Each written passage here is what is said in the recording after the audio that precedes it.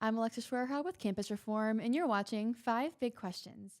Ohio lawmakers are pushing to ban men from competing in women's sports in order to increase fairness and integrity in women's competitions. The bill would impact students in K through 12 as well as the collegiate level and would make the Buckeye State one of 19 other states that have imposed heavy restrictions on men competing against women. The amendment was added during a late night session to an unrelated bill, and while it cleared the House, it is unclear whether it will prevail through the Senate. Joining me now to discuss is a University of Mount Union student, Aleana Smiley. On campus, Aleana is in charge of the Turning Point USA chapter and is studying political science. Aleana, thank you so much for joining me today. Thank you for having me.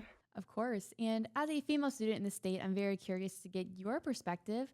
What do you want people to know about the movement to save women's sports?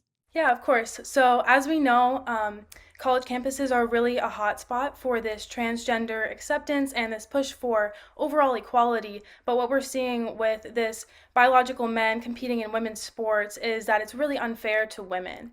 And as a college student, this really impacts my peers and those who I see that work really hard for their sports.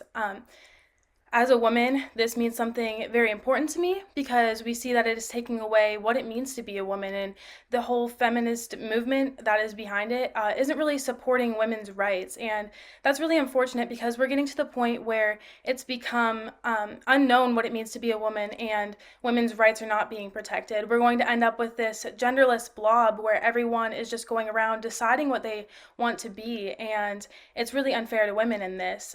As an athlete, I swam for 8 years, and so I know what it means to put in the work, the effort, and I was a state qualifier, so I know what it means to get to that elite level. And especially in college, it takes a lot of training, a lot of dedication to get to the level that these women are training for.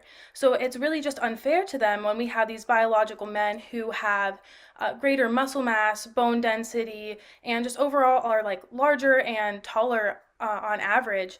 And that's just unfair to them when they put in all of this hard work and dedication just to have their records, opportunities, championships ripped right from them. You make an excellent point. It does raise the question, where are all the feminist groups? The week at the NCAA Women's Swimming Championships, we at the Leadership Institute's Campus Reform went down to campus and we asked students if it's fair for men to compete against women, and the campus was largely split. So I've heard what students in Georgia have to say on the subject. Now I want to hear what students in Ohio say. Ohio is a pretty red state. So what are you hearing on campus? I would say overall, I think everyone can acknowledge that men are different than women. Physiologically, biologically, that men are different, and they are going to have that advantage over women, especially when it comes to sports. Now, what we hear a lot on college campus is the opposite, and that is usually because the other side is a lot louder than we are. I know that when it comes to conservatives, they can be very fearful of this leftist ideology and fearful to go against it because of what people might say to them. And they have this belief that everyone believes that since it is the loudest opinion. But I really think that deep down, everyone does acknowledge that there are differences between men and women. And it is really important to keep that.